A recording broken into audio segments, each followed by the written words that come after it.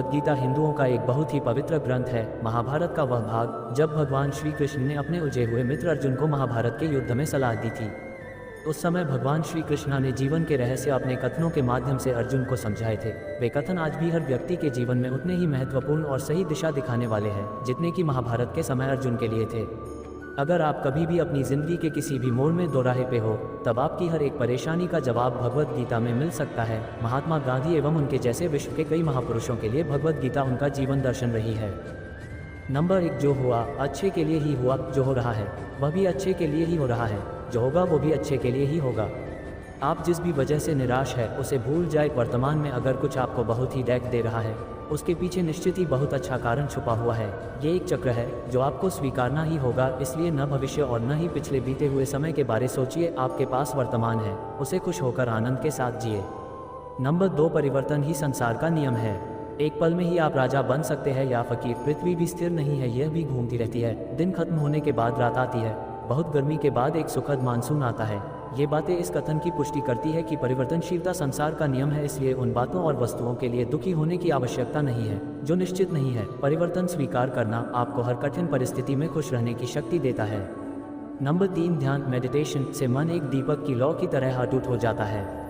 हमारी समस्या यह है कि हम खुद को ही नहीं जानते। हम में से ज़्यादातर लोगों ने खुद से कभी मिलने की कोशिश ही नहीं की। मेडिटेशन हमें खुद से मिलाता है और जब हम खुद को जान जाते हैं तो हमें पता चलता है कि ज़िंदगी जादुई है। मेडिटेशन किसी भी व्यक्ति की ज़िंदगी बदल सकता है।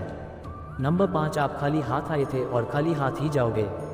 आज हम में से ज़्यादातर लोगों की ज़िंदगी टेम्पल रन गेम की तरह हो गई है, जिसमें एक लड़का भागता रहता और पैसे इकट्ठा करता रहता है, लेकिन उस लड़के यह नहीं पता होता कि वह कहाँ जा रहा, क्यों जा रहा है और उसे कहाँ जाना है। वह अधिक से अधिक पैसे इकट्ठे करने की कोशिश करता है ताकि और अधिक तेजी से भाग सके।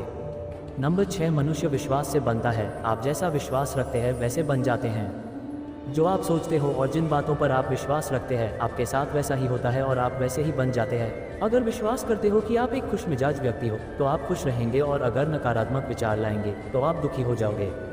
अगर आप विश्वास करोगे कि आज का दिन अच्छा है तो आपका दिन अच्छा हो जाएगा। नंबर 7, कर्म करो, फल की चिंता नहीं।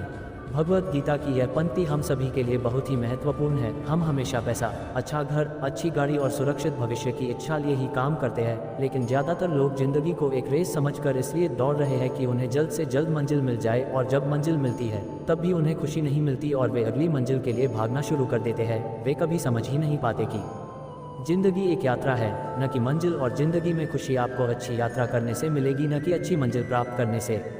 नंबर 8, संदेह, डाउट के साथ कभी भी खुशी नहीं मिल सकती, न इस लोक में न परलोक में। संशय, डाउट के साथ हमारे दिमाग पर एक अस्पष्ट विचारों का पर्दा आ जाता है। संदेह हमें डरपोक और अस्थिर बना देता है। संदेह के कारण व्यक्ति कभी भी साहस भरे निर्णय नहीं ले पाता और वह कड़ी मेहनत करने के बावजूद हारे हुए व्यक्ति की तरह जिंदगी जीता है। नंबर 9, मनुष्य अपने विचारों से ऊंचाइयां भी छू सकता है और खुद को गिरा भी सकता है, क्योंकि हर व्यक्ति खुद का मित्र भी होता है और शत्रु भी।